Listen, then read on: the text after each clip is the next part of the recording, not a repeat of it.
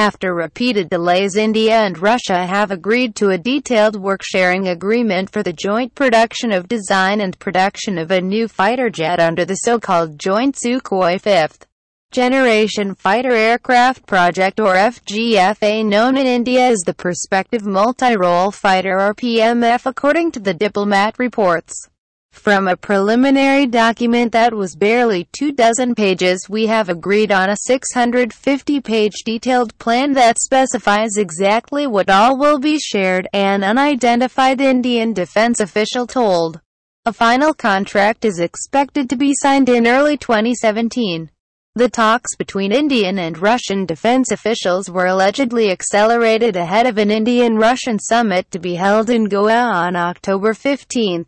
As I reported in January, Russian President Vladimir Putin and Indian Prime Minister Narendra Modi failed to reach an agreement during a bilateral meeting in Moscow in December 2015. The FGFA project has been hampered by repeated delays since the start of the project in 2007 and the signing of a preliminary $295 million design contract in 2010. In 2015, Indian Defense Minister Manohar Parrikar decided to make one last push toward reaching an agreement with Russia. Russia announced in late 2015 that it would only induct a squadron, 18 to 24 aircraft, of FGFA fighter aircraft, and procure additional Sukhoi Su-35 aircraft instead. The original deal involved Russia procuring 250 and India 144 aircraft at a cost of around $30 billion by 2022. As a result, India threatened to abandon the project in its entirety.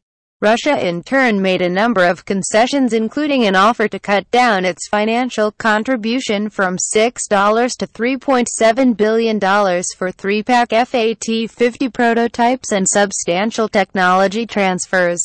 As part of the effort to salvage the defense deal, Moscow has also agreed to let Indian test pilots fly the FGFA T-50 prototype, currently undergoing flight trials in Russia.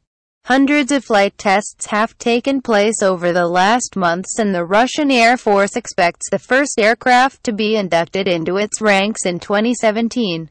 Nevertheless, many senior officers in the IAF remain skeptical about the aircraft's affordability and capabilities.